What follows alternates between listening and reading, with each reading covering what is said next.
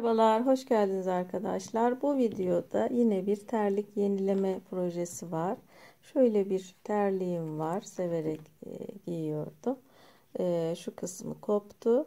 Şimdi bunu tamamen farklı bir şekle getireceğim. Evet, yapılışı da oldukça kolay olacak. Şimdi başlayalım.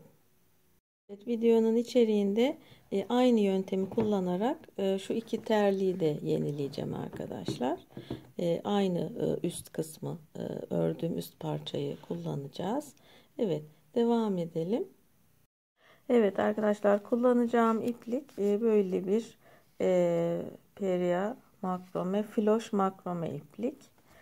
Kullanacağım tığ da 4 numara 2,5 milimetre tığ kullanacağım. Şimdi başlayalım. Şimdi başlayalım arkadaşlar. Bu floş makrame ipleriyle örerken uç kısmının sökülmemesi için mutlaka şöyle çakmakla ufak bir yakma işlemi yapıyoruz. İpliğin sökülmesini önlüyor. Evet. Şimdi başlayalım. 8 zincir çekiyorum. 1 2 3 4 5 6 7 8. Evet, bir zincir atlıyorum, ikinciye sık iğne. 1 2, her bir zincire birer tane sık iğne. 2 3 4 5 6 7 tane sık iğne yaptım. Şimdi bu 7.'yi yaptığım yere bir sık iğne daha yapıyorum. Bu orta nokta olacak, şurası. Oraya hemen işaret koyalım. O ilmeğe. Evet. Şimdi yine 7 tane başladığım gibi 7 tane sık iğne yapacağım. Birinciye yine aynı yerden batacağım. Dolayısıyla bu zincire 3 tane sık iğne yapmış oluyoruz. Şimdi geri dönerken bir sırayla batıyoruz. 2, bu ipi de içine alıyorum. 3 4 5 6 ve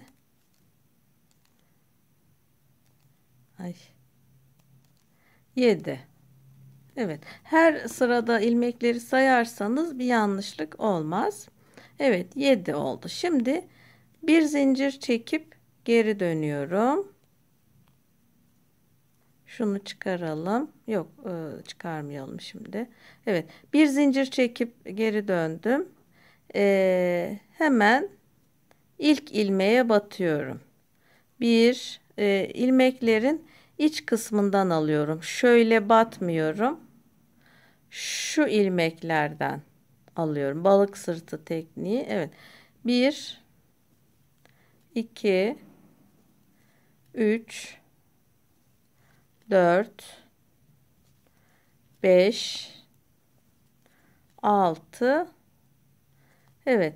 Başladığım gibi 7 tane yaptım. Şimdi şu işaretli olan ilmeğe, onu çıkaralım. İşaretli ilmeğe bir tane sık iğne battım. Sonra 1 2 zincir çekiyorum. Aynı yere tekrar batıyorum. Sonra buradan 7 tane ile dönüyorum. Sırayla. 1 2 3 4 5 6 7. Evet.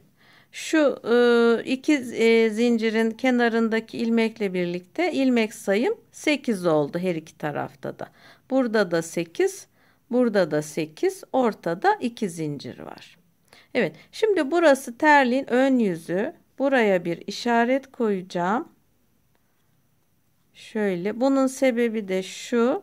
Bu işaretli yüzeye başladığımda böyle arttırma işlemi yapacağım. Şimdi öreceğim ters yüzde bir zincir çekip dönüyorum. Burası ters yüz. Burayı örerken hiç arttırma yapmıyorum. Burayı 8 ilmekle bırakmıştık. Bu sırada da böyle 8 ilmekle tamamlayacağız. Yani hiç arttırma yapmayacağız. Şimdi yine ilk ilmeğe battım. 1 2 3 4 5 6 7. Evet. Burayı örersem bir de bu ikili zincirin içine batacağım için ilmek artmış olur. Dolayısıyla burayı son ilmeği atlıyorum. Direkt zincirin içine batıyorum. 8 ilmeği korumuş oluyorum burada. 1 2 zincir, tekrar aynı deliğe batıyorum ve buradaki ilk ilmeği atlıyorum. İkinciden batarak devam ediyorum. Burada eksiltme yapmıyoruz. Sadece sayımızı, bir önceki sayıyı korumuş oluyoruz. Evet. Devam edelim sıra sonuna kadar. Eğer her gidiş gelişte arttırırsak terliğin ağzı çok açık olacak. Uygun olmayacak. O yüzden böyle yapıyoruz. Bir zincir çekip şimdi ön yüze geldim. Bu sırada arttırma yapıyorum. Yani bu her iki kenarda bulunan 8'er ilmek artık 9'ar ilmek haline gelmiş olacak. Devam edelim. 1 2 3 4 5 6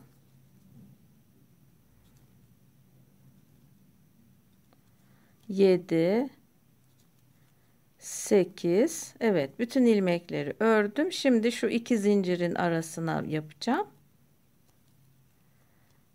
Evet, 9 ilmek oldu.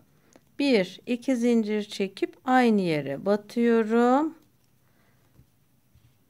Bunu da sayalım. 1 2 3 4 5 6 7 8 9. Evet. Şimdi bir zincir çekip ters yüze geldim. Burada ne yapıyorduk? Hiç arttırma yapmıyorduk. Bu 9 ilmeği koruyacağız. Başlayalım. 1 2 3 4 5 6 7 8. Evet. 9'uncuyu buradaki ilmeği atlayıp bu zincirin içine batıyorum. 9 oldu. 1 2 zincir. Yine bakın aynı yere batıyorum. 1 ilk ilmeği atlıyorum, ikinciye batıyorum. 2 3 4 5 6 7 8 ve 9. Evet. Şimdi bakın hafif bombeleşiyor. Şöyle. Şimdi bir zincir çekip dönüyorum. Tekrar burada arttırma yapacağım. 10 ilmeğe çıkacak. 10 burada, 10 burada. Ortada 2 zincir. Evet, böyle devam edelim arkadaşlar. Evet arkadaşlar, bu şekli getirdik. Şu anda kenarda 18 ilmek var. Burada da 18 ilmek var. Ortada da 2 zincir var. Toplam kaç diş örmüşüz sayalım. Şöyle 1, şunu sayıyoruz. 1 2 3 4 5 6 7 8 9 10 11 diş örmüşüz. Şimdi şuraya kadar geleceğiz. aynı şekilde örüp şöyle bakın bunu tamamladım ben. Şimdi şöyle üstüne koyduğumuzda şu parçayı öreceğiz. Bir tarafına öreceğiz, sonra diğer tarafına. Önce burayı öreceğiz. Şöyle. Evet. Şimdi başlayalım. Evet, şuraya kadar gelelim. Yine normal şekilde örüyoruz arka ilmeklere batarak. Evet, sıra sonuna kadar gelelim şuraya kadar. Evet, devam ediyoruz. 2 tane ilmeğim kaldı. 1 2 tane ilmeği sonuna kadar yaptım. Şu orta zinciri içine bir tane dolduruyorum. Şimdi buradan geri döneceğiz. Bir zincir çekiyorum, dönüyorum. Buradan artık eksiltmeye başlayacağız. Her sıra başlangıcında ve sıra bitirişinde bu kısımdan eksilteceğiz. Burayı normal şekilde pardon örmeye devam edeceğiz. Yani şu tığ tuttuğum kısımdan her seferinde eksilteceğiz. Her sıra başlangıcında ve her sıra bitiminde burada herhangi bir eksiltme olmayacak. Evet, şimdi eksiltmeye başlayalım. Normalde şu ilmeğe batmam lazım. Onun yerine direkt şuraya batıyorum. Bir ilmek eksiltmiş oldum. Evet, devam edelim. Sıra sonuna kadar gelelim. Evet, sıra sonuna geldim. Son ilmeğime de batıyorum. Bir zincir çekip dönüyorum. Yine ilk ilmeğe batıyoruz. Evet, sıra başına kadar gelelim. Evet, sıra sonuna geldim. Şöyle bakın, burada 2 tane ilmek var. 1 2, son 2 ilmek kaldı. Şu sondan bir öncekini atlıyorum. Diğer ilmeğe batıyorum ve eksiltmiş oldum bir tane. Bir zincir çekip dönüyorum. Şu ilk ilmeği atlıyorum. İkinci ilmeğe batıyorum. Devam ediyorum. Evet. Bu şekilde ilmek tamamen, buradaki ilmekler sıfırlanana kadar devam edeceğiz. Bakın şurada artık şöyle düz bir hat oluştu. Şurada olduğu gibi bakın şöyle örmeye başladık. Şuradan azala azala azala azala şöyle olacak. Evet, devam edelim bu şekilde. Evet, tek tarafı bitirdim arkadaşlar. Şöyle bakın. Evet, bu şekilde. Şimdi şuraya başlayacağız. Aynı şekilde örerek. Evet, uç kısmını yaktım çakmakla. Şimdi evet, şuradan devam ediyoruz. Şöyle tutarak şu 2 zincirlik yere bir tane yapıyorum. Sonra sırayla bütün ilmeklere birer tane yaparak, bu ilk sırada eksiltme yapmamıştık. Burada da hatırlarsanız buradan örerek başlamıştık. Şuraya gelip buraya bir tane yapıp dönmüştük. Dönerken eksiltmiştik. Şimdi bir tane yaptım. Normal devam ediyorum. Evet, şu orta 2 zincire bir tane yaptık. Sonra hemen yanındaki ilmeğe yaptık. Devam ediyoruz sırayla. Şu ipi de içine alıyoruz.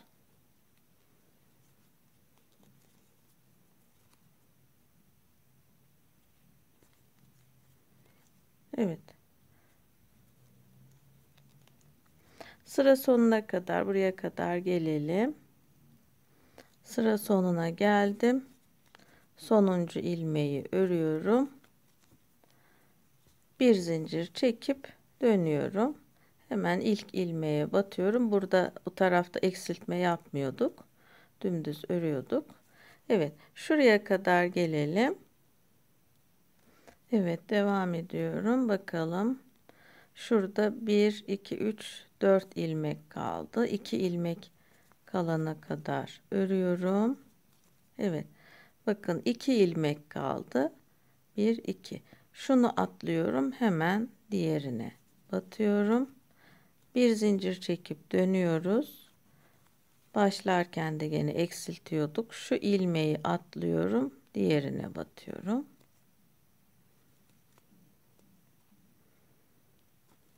Evet. Buraya da bu şekilde devam edelim. Bu tarafı da tamamlayalım. Evet, her iki tarafı da tamamladık. Şimdi şu uç kısmına bir çalışma yapacağım. Daha düzgün ve güzel görünmesi için. Şöyle şuradan başlayayım.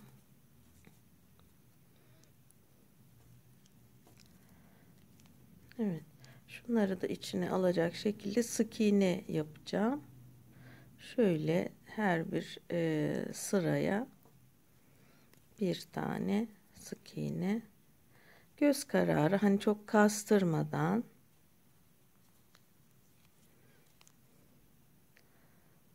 Şöyle.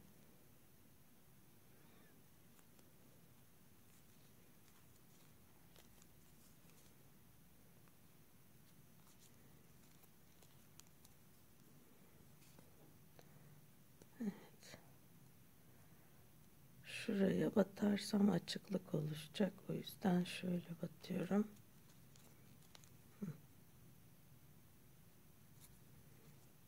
Evet, bu şekilde bir sıra yapalım.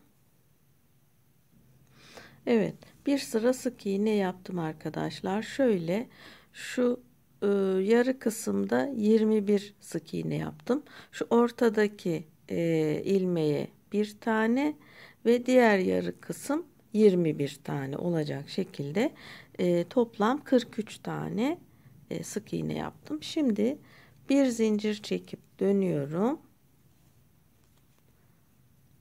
Evet. 1 2 3 zincir çekiyoruz. Şu dibine batıyoruz.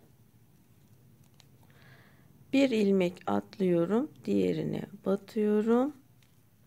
1 2 3 zincir şuranın dibine kıstırıyorum. Bir ilmek atlayıp diğerine batıyorum.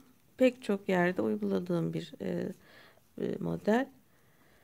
1 2 3 zincir şu kısma batıyorum. Evet. Bir atlayıp diğerine geçiyorum. Evet, böyle bu şekilde yapıp örgümüzü tamamlayacağız. Evet, örgümüz tamamlandı arkadaşlar. Şöyle kenarını da yaptık. Evet, bu renk buna biraz koyu geleceği için bunu başka bir terlikte kullanacağım. O yüzden daha böyle pembeye bakan bir renkle yaptım. Bu daha güzel oydu. Evet. Şimdi bunun için öncelikle tabanımızı hazırlamamız lazım. Şöyle, şimdi şu zaten kopmuştu. Şuradan kesip çıkartıyoruz iyice. Şöyle. Evet. Kenarları da keselim.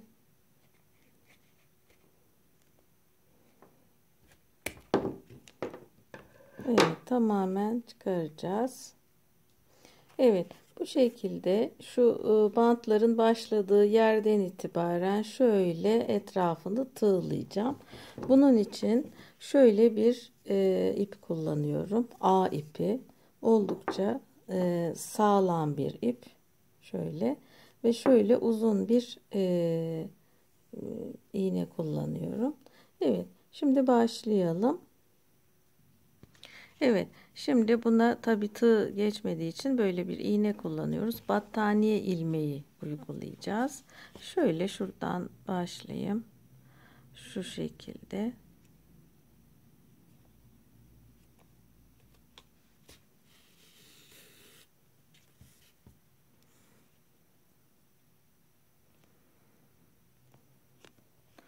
Evet. tekrar geçirdim. Şuranın tepesinden şöyle tekrar geçiriyorum. Başlangıcını böyle yapıyoruz. Evet. Şöyle şu aralıklarla şöyle ipim burada kalıyor.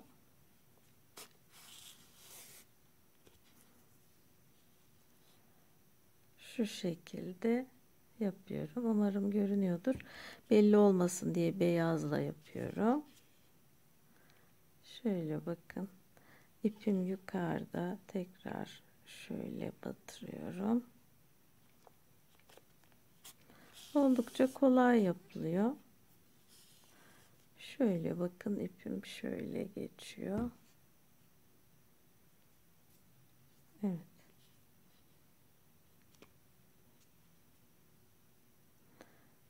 Tekrar yapalım.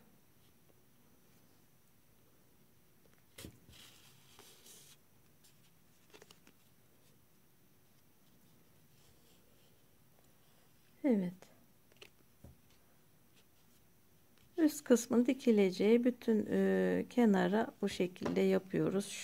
Şuradan başlayarak şöyle bu şekilde yapalım. Evet arkadaşlar, bakın kenarlarının şöyle şuradan başlayacak şekilde şöyle etrafını dolanarak şuraya kadar geldim. Bakın. Evet. Şimdi şu ördüğüm kapakların üzerine de şöyle nakış işledim. Şu pembe ve beyazla uyum sağlasın diye. Şöyle bakın, siz çeşitli şekillerde süsleyebilirsiniz. Terliklerin üzerine. Şöyle göstereyim. Evet. Şimdi terliği yerleştiriyoruz arkadaşlar. Şuradan başlayacak şekilde bir ucunu buraya iğneliyoruz. Diğer ucunu şuraya iğneliyoruz ve şu ön kısımdan şöyle başlıyoruz. Önce şu yarıyı yapıyoruz. Sonra şu yarıyı şöyle şu şekilde bakın. Hazırladığımız dikişlere tutturarak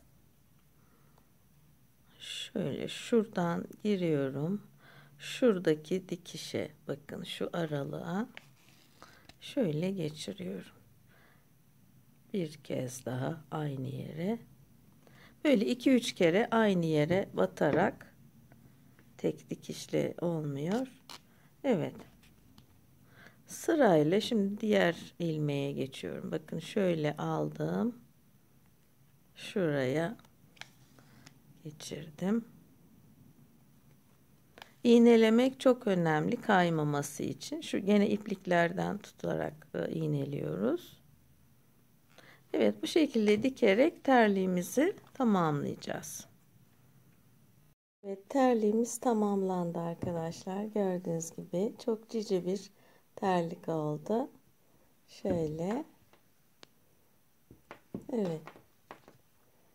Bu şekilde. Şimdi diğer terliklere geçelim. Şimdi aynı şekilde aynı sayılarla şu parçaları ördüm. Üzerlerine de böyle işledim aynı şekilde. Şöyle bakın. Şunların üzerine de bu şekilde siyah boncuk ve pullarla işleme yaptım. Şimdi şu parçayı şu terlik için kullanacağım. Şunu da bu terlik için. Bu yüzden siyahla şey yaptım. Şu topuk kısmına uysun diye. Evet, şimdi önce bundan başlayalım. Şu terlikle başlayalım arkadaşlar. Aynen diğer terlikte olduğu gibi şu kısmından şöyle makasla keseceğiz. Sonra kalan tabanın üzerine şu ördüğümüz üst parçayı dikeceğiz. Şimdi bu terliğin kendi orijinalinde şu kenarlardan şöyle tığlanmış haldeydi. Böyle olmasa da sonuçta değişen bir şey olmayacak. Aynı şekilde şöyle herhangi bir yerinden şöyle bakın, batırdığımız zaman direkt iğnemizi çıkarıyoruz. Bu şekilde aynı dikişi istediğimiz terliğe yapabiliyoruz. Evet, şimdi şöyle keselim dibinden.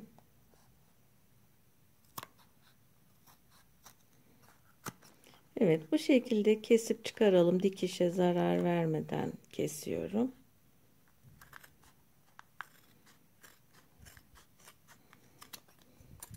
Evet, diğer tarafı da aynen keselim. Evet, bu terliğimiz de tamamlandı arkadaşlar. Şöyle bakın. Oldukça hoş, otantik, orijinal ve tasarım bir terlik haline geldi. Şöyle. Bu renk daha uygun oldu. Diğerini başka bir ayakkabıda kullanacağım. Böyle hasır tabanlı bir espadril ayakkabıda. Bunun da üzerini böyle iğne oyaları ve pullarla, boncuklarla süsledim. Çeşitli şekillerde süsleyebilirsiniz. Evet, bu şekilde. Şimdi diğer terliğimize geçelim. Evet, şimdi bu terliğe gelelim arkadaşlar. Bu terlik bana biraz küçük geliyor, şu kısmı dar geliyor. O yüzden randımanlı kullanamadım ve biraz eskidi. Şöyle kenarlarından biraz pay bırakarak keseceğim. Tam dibinden kesmeyeceğim. Çünkü buradan dikiş atacağım. Bu kez dikişi şu terlik kalıbının kendi üstüne atacağım. Şu tabanı delmeden. Bu da bir yöntem. Bunu da kullanabilirsiniz. Bu tarz terlik yenilemelerinde. Şöyle bakın. Şu mesafeden kesiyorum.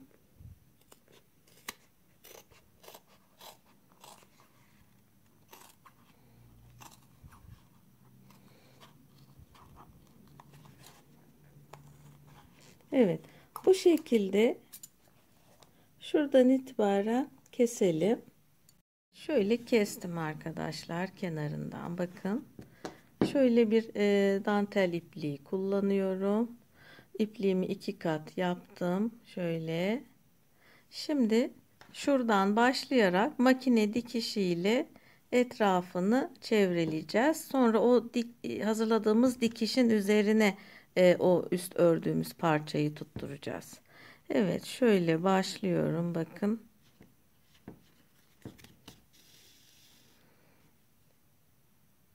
Şöyle. Sadece yani tabana değdirmeden bakın şu kısmından teyel alıyorum. Burası çift kat olduğu için biraz zor geçti. Evet. Şöyle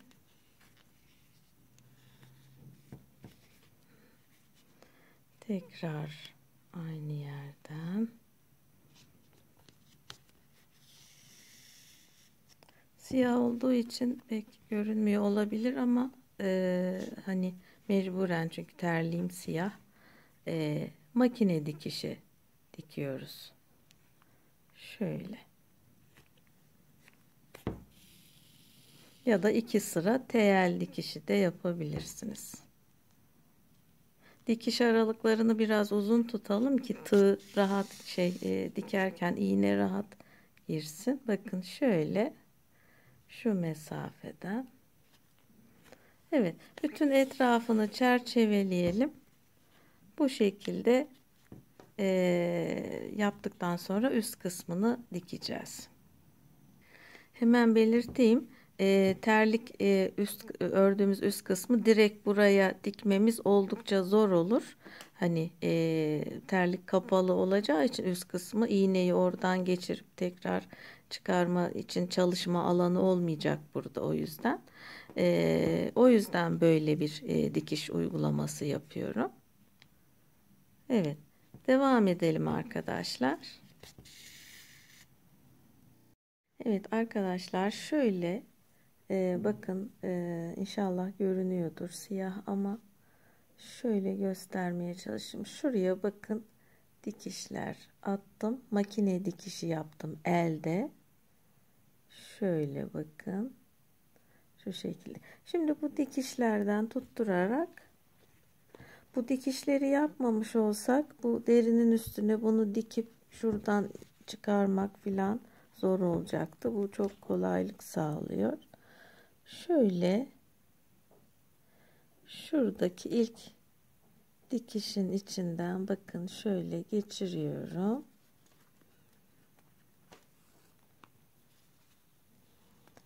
Evet. Şu şekilde. Her bir dikişten en az 2 kere geçirmek gerekiyor. Daha tok ve sağlam olması açısından. Şöyle.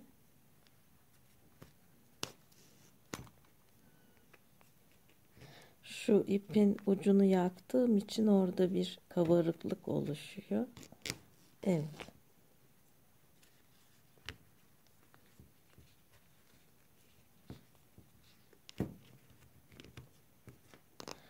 Şöyle dikiyoruz. Sırayla bakın ilk dikişi bitirdim. Şimdi onun yanındakinden geçirdim. Sıkıca şöyle şuradan yine aynı dikişten bakın geçiriyorum. Şöyle.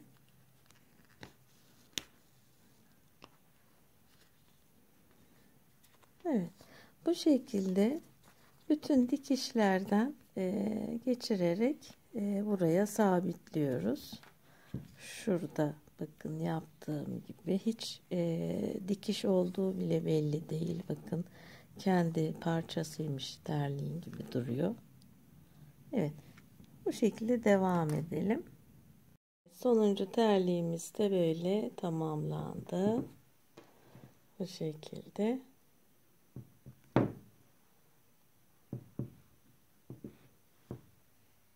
Arkadaşlar bu videoda böyle 3 çeşit terlik yenileme projesi anlatmaya çalıştım. Umarım faydalı bir video olmuştur. Diğer projelerimde görüşmek üzere. Şimdilik hoşça kalın.